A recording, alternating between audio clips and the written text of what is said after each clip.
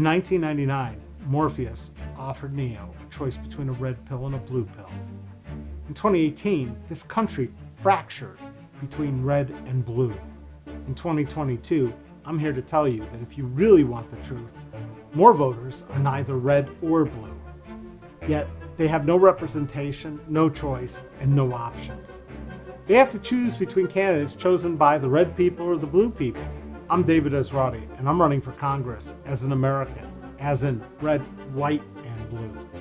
I'm a veteran, an activist, and a small businessman. I'm asking you to join me in reminding the professional politicians in Congress who their bosses are. I support ranked choice voting, campaign finance reform, and a verified voter information system, all so we can stop having the best politicians money can buy. It's time to elect a veteran who will work for you, no matter what color they want to label you. Please go to electesrati.com and learn more. I'm David Esrati, and I approve this message.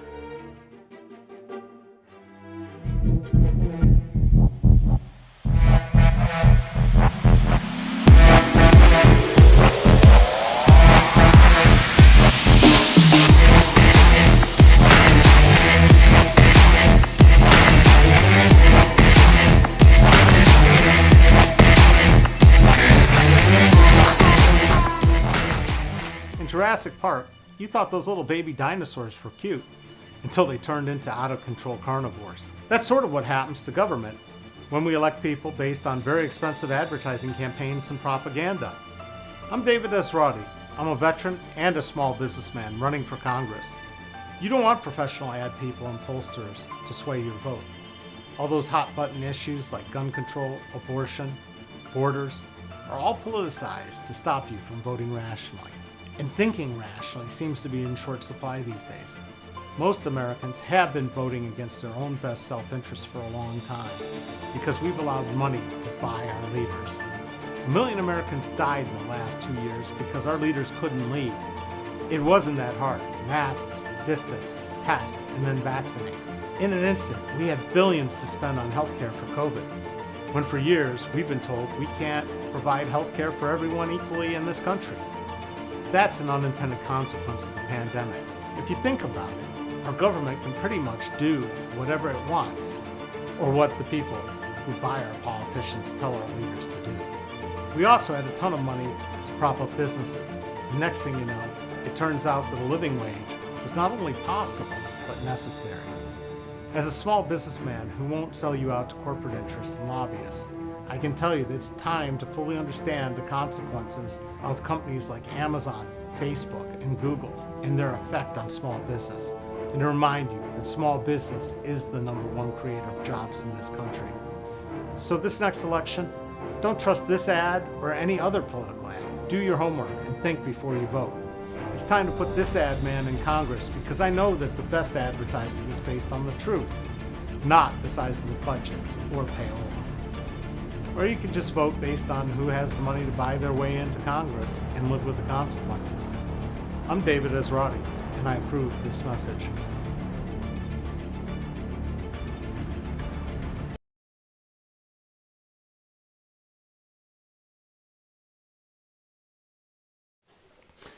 Hi and welcome. I'm David Esrati. I'm running for Congress.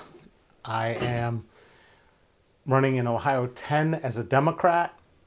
I'm running against Mike Turner, who has been in office for 20 years. Montgomery, the district is now all of Montgomery County, all of Greene County, and parts of Clark. If you don't know me or know of me, I've been fighting City Hall since when I first moved to the South Park Historic District in 1986. One of the things I've learned over time is how meetings are supposed to be run. Ohio has things called sunshine laws. They are also laws in almost every other state.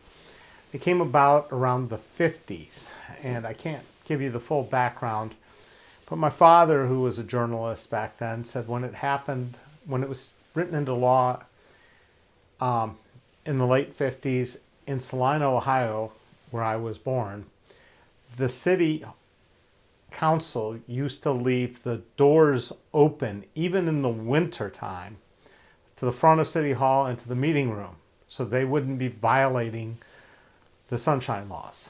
That's how afraid they were. The fine then was probably $500. It's still $500. The $500 meant something in those days. My issue with the Board of Elections, I have many, but I think it's really important to understand something in Ohio. The boards of elections are not something we elect. The people who run our elections are not people we choose. We have no oversight over them. We elect a county engineer. We elect a coroner, a person to tell you, how somebody died. Like, how do you compare one coroner versus another? Do you kill a guy twice and have two different coroners evaluate him? It just makes no sense. But we only elect one person in the entire state to oversee elections, and that is the Secretary of State. And I should have brought it upstairs here, but there's a 250-page handbook, 8.5 by 11. It's called the Yellow Book, that explains all these things and how you're supposed to manage them. And a lot of it circles around ORC 121.22. And I don't have a problem reciting that because I've had to, do it multiple times, and I've got a printout of it here. And I'm going to read to you just the first section because this is really important. This section shall be liberally construed to require public officials to take official action and to conduct all deliberations upon official business only in open meetings unless the subject matter is specifically accepted by law. Now, there are some exceptions, right? And these things are basically for, depending on the body, for executive session. Executive session is when they're going to do certain very specific things. Like consider the appointment, employment, dismissal, discipline, promotion, demotion of public employee or official. So, HR. To consider purchase of public property or sales of property to make sure that there's no insiders, getting inside details. Then there is conferences with an attorney for the public body concerning disputes involving the public body that is the subject of pending or imminent court action.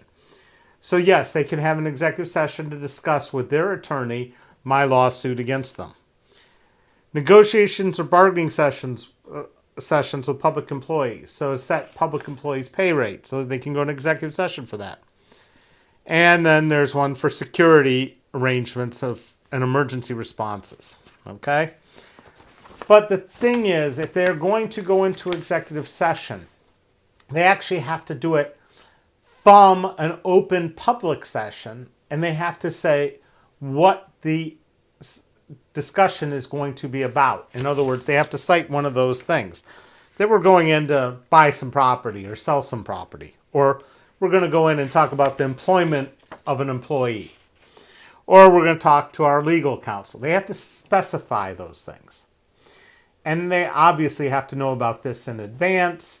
And my argument is that should be on an agenda. So, how do I base my idea of what an agenda looks like? Well, I've got one for Dayton Public Schools. I've got one for the Dayton City Commission. And this one's pretty thick. I've got one for the Montgomery County Commission. These are three other public bodies, all of elected officials, and they are very specific at what they're going to talk about. And when they talk about contracts or anything else, they include documentation to go along with it, like a spreadsheet of all employees' actions, etc. That's for the school board, etc., etc. But every agenda from the Board of Elections basically looks exactly the same. It says executive session. It never says what for. It basically goes call to order, pledge of allegiance, motion to approve the minutes, motion to approve current bills, board meeting calendar discussion, motion to approve the allocation of voting equipment, executive session, Deputy Director and Director board member comments, public comments, announcement of the next meeting, and adjournment. Same thing, over and over. Okay? So, this is not a legal agenda, in my view. Because what the purpose of the agenda is, according to ORC 122.22 Section F, it says every public body by rule shall establish a reasonable method whereby any person may determine the time and place of all regularly scheduled meetings and the time, place, and purpose of all special meetings. Now, you notice it only says the purpose of special meetings. It doesn't say the purpose of the regularly scheduled meetings. And that's the argument that the county prosecutor is using as a defense. That no, in regular meetings, we don't have to actually explain what the purpose of anything we're doing. So let me give you an example to understand. Every time there is going to be a primary or there's an election coming up, candidates have to fill out signature sheets to get on the ballot. They have to collect anywhere from 5 to 500 to 2,500 or more signatures to get on the ballot. Those petitions then are checked against the signatures on file at the Board of Elections. This is the number one way that they stop people from getting on the ballot. It's a gotcha. And in Montgomery County, Gary Leitzel and I have determined that there's only one way to get signatures that make it 80% of the time.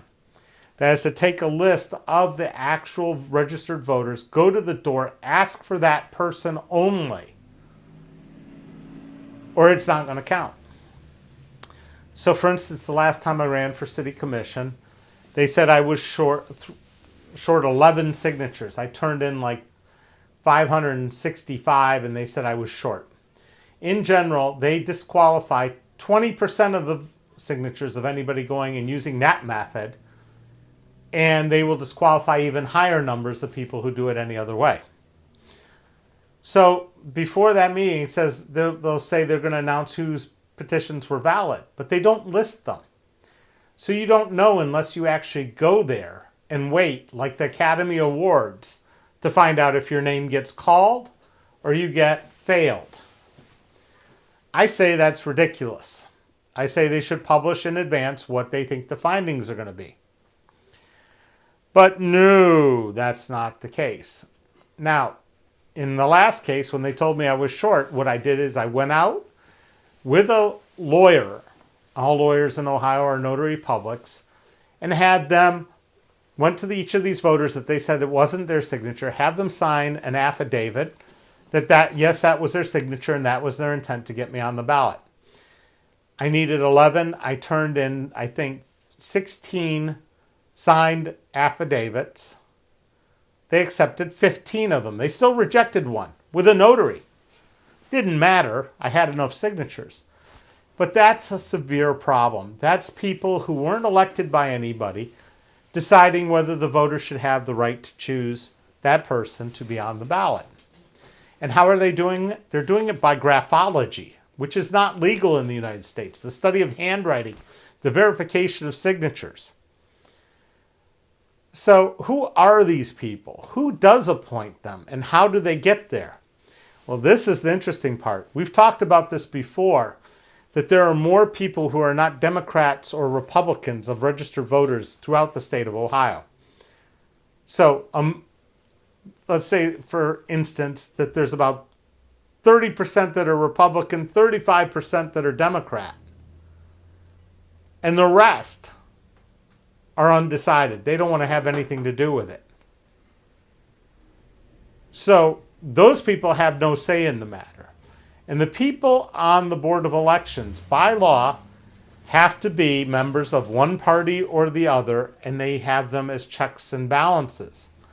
One Democrat, one Republican, and every position there has two people in these jobs. So the executive director and the assistant director, they rotate every year. One's a Republican, one's a Democrat. Those are the directors. Then they have 2 people who do campaign finance, 1 Democrat, 1 Republican. 2 for, every job there. These jobs pay pretty well. They are patronage jobs. They are handed out to people who are patrons of the party, otherwise known as the Friends and Family Plan. Okay? In fact, one of the women who worked at the Board of Elections hired her brother without a job posting, without any background check, without an application to work for the Board of Elections, despite the fact that he was a convicted rapist. So that's way back. You can find that on my blog. But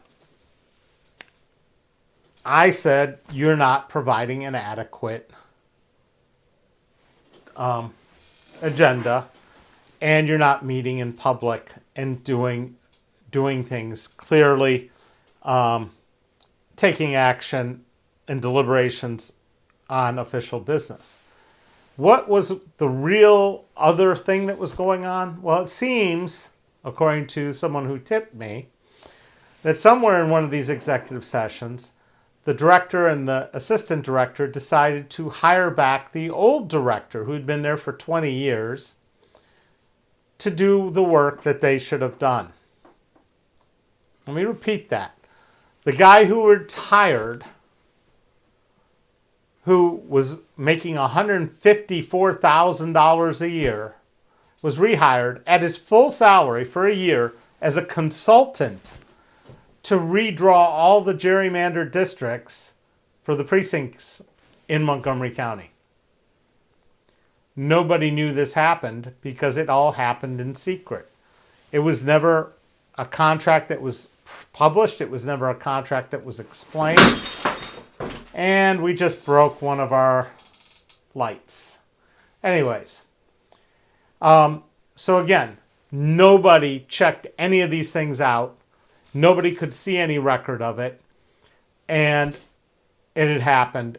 And now that person, after doing his year of getting paid $150,000, has now moved on to the clerk of courts, working there for about $70-something thousand, because these people just are guaranteed a job for life as friends of the and family, and because they probably know things that the public shouldn't know, because they would have a fit if they understood what really happens.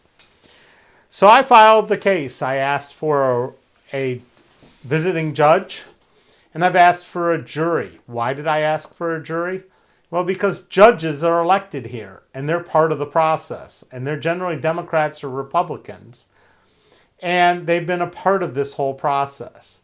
Yet a jury is the public, who is supposed to enforce the sunshine laws. It even says so in the ORC that it's up to us to go ahead and do this. Okay? It's the job of the public.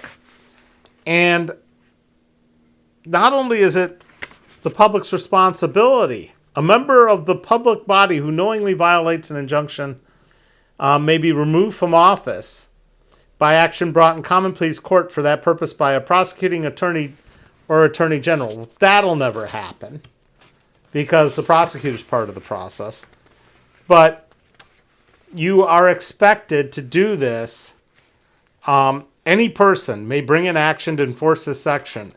An action under Division I-1 of this section shall be brought within 2 years after the day of the alleged violation or threatened violation. Upon proof of violation or threatened injunction of this section, in an action brought by any person, the Court of Common Pleas shall issue an injunction to compel the members of the public body to comply with its provisions. And then they make it so that if you're having to hire an attorney to do it, the attorney can get paid, but you can't get paid for your time. So, this system has been dragging this case for months. Now, not only am I paying for either an attorney or paying for my time in filing this and responding to all their frivolous responses, I'm paying for the prosecutor to defend these people who are not public employees per se. They are employees of the parties. The parties take no responsibility at all for the people they put in these positions. And we don't learn anything about what's going on. And there's nobody to hold these people accountable, like the people in Greene County who apparently didn't bother to send out the ballots that people requested via the absentee process. Instead, they blamed a vendor. And this is going to cause havoc. Now, I see a comment here. The crowd is always trying to get around the spirit of the law. The in crowd is always trying to get around the spirit of the law. Such baloney. That's from Tam. Yes, and that is true. So if we have a jury and the jury has to interpret these things, they're not going to sit there and get all hung up about the difference between a special meeting and a regular meeting, because there is no difference between them. A regularly scheduled meeting and a special meeting is still a meeting. It's the same people doing the same things. How you define one meeting as different from the other and having different rules for an agenda is poppycock. The main problem is these laws are written and then rewritten and edited and changed by people who have no writing skills whatsoever. This thing reads like crap. That's why it takes a 250-page handbook to explain it. In the days of people questioning everything about the outcome of elections, our local boards of elections are the first line of actually trying to get it right. Those are the most important places to get started and make sure that they get it right. And what do we have instead? We have people that refuse to tell us what they're going to talk about, what they talked about, what they did, who they hired, or anything else, because that protects them. This takes time. It takes energy. Just like doing my investigative journalism. This isn't something, just anybody can sit and do.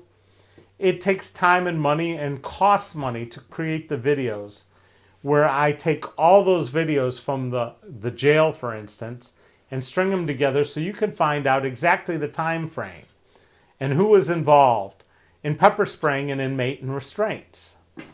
Nobody pays me for that. My channel isn't monetized. They used that footage in an attack ad just yesterday against Phil Plummer. Yeah. I don't know if you saw that. I have not seen Phil Plummer. Joseph says there's an attack ad against Phil Plummer, which with means jail footage. LaRonda Jackson did something good. But that footage of the second one was mine. She might have used the first one. She used both. She used both. Okay. But this is the stuff that is why we have oversight of the public, of our officials. That's why I do this daily YouTube live stream town hall, so that if I can prove to you that when I get to Congress, I will continue to keep you informed in a way no one else ever has. This takes time out of my day. It requires me to have somebody run the board and follow up with comments and work on this. It's not free. Obviously, I have some equipment that the average person doesn't have because I own an ad agency. But this is something that's different. This is one of those things that differentiates me from Mike Turner. I'm not sitting there and going and trying to do gotcha journalism. I'm not trying to sit there and frivolously file lawsuits. I'm trying to make sure that the public isn't getting screwed by people who shouldn't be in charge of anything. They're hiding behind their defense provided to them by the prosecutor, who's also corrupt, and not being forthcoming. There was no reason that they should have hired the former director to do their job. If they couldn't do their job, they should have been fired from their jobs. If they couldn't do it, why couldn't they do it? And shouldn't the job be put out to bid? That's how government contracts usually work. But no, we didn't put it out to bid, even though it was for $150,000+, because it's to fund the Friends and Family Plan. I broke a story about Commissioner Debbie Lieberman's assistant interfering in contracts in the public health department to guide contracts to a ad agency named Wilderness Agency. That agency had done work for Debbie Lieberman. Her assistant was the founder of that agency, and after he left employee of the county, said he's the founder and chief operating officer. Nothing happened. This is why I run for office. It's not because I'm on a power trip. It's because I believe the public needs a voice in Congress that will speak for you, not for the billionaires that bought Mike Turner a long time ago. I don't see any other questions. I see that we're having some streaming issues again, which has me very concerned. And I am going to wrap this up, but we may or may not be here tomorrow, depending on if I have help. One of my employees is on vacation that knows how to do this, and the other one, we'll see if they're here. I really appreciate you tuning in. The election is Tuesday. If you want to early vote or you requested an absentee ballot and haven't gotten it, I highly recommend, if you haven't gotten it, you go down and vote in person early. Otherwise, your ballot will be considered provisional and you will be in trouble on election day. Boards of elections are really funny places. They're not run the way they should be. My answer to all this, my solution, is every county should be electing a chief ethics officer. Somebody who will go to enforce the public records laws, to go to bat when the public needs to straighten out the government, to work for us against the people who are in charge of our tax dollars, who have basically had carte blanche with them. I hope this has been useful and helpful to some of you. We'll be back tomorrow. We'll be here Monday. Tuesday's election day, we will not be on. And Wednesday, I don't plan on being on because I'll be out picking up signs. Because I always pick my signs up after an election. Thank you so much. If you've got any questions or anything, drop them in the comments. Make sure you subscribe and like and hit the little bell so you get notified whenever we go live. Because if something does amazing happen on election night, I can't tell you how I'm going to tell you about this other than through that. So, thank you. Have a great day, and we'll see you tomorrow.